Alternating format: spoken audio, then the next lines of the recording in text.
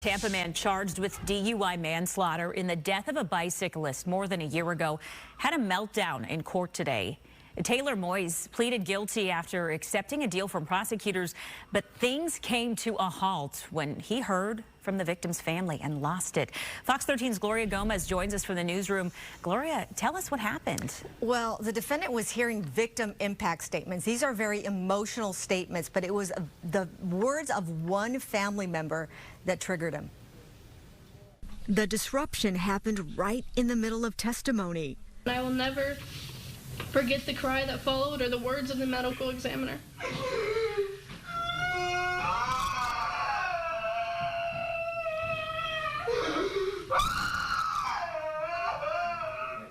Defendant Taylor Moyes unleashing a wailing scream.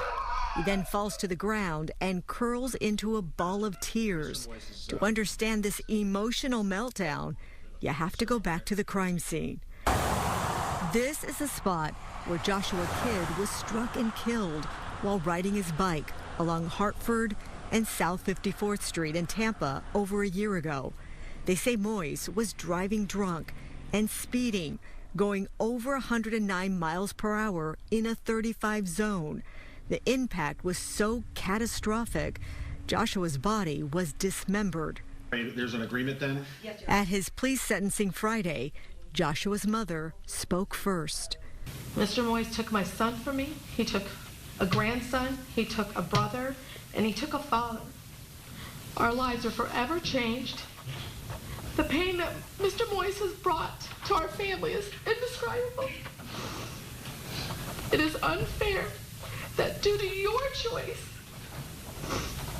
that I'll never see my son. Then Joshua's father. I just don't agree with the sentence.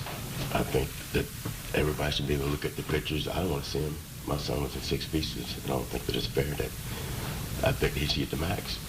But it was a heartfelt word from Joshua's little sister that broke the defendant.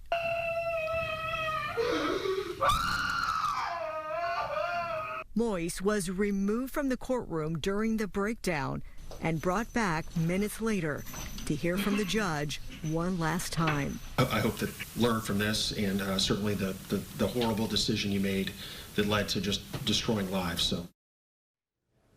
Now, under the plea agreement, the defendant got 12 years in prison, followed by 9 years of probation. And keep in mind that for the family, this will never be a relief. Haley, it was just such a hard hearing to cover today. Back to you. I can't even imagine hearing from both sides. It just goes to show how one bad decision can cause immense pain forever. Wow. Forever, right.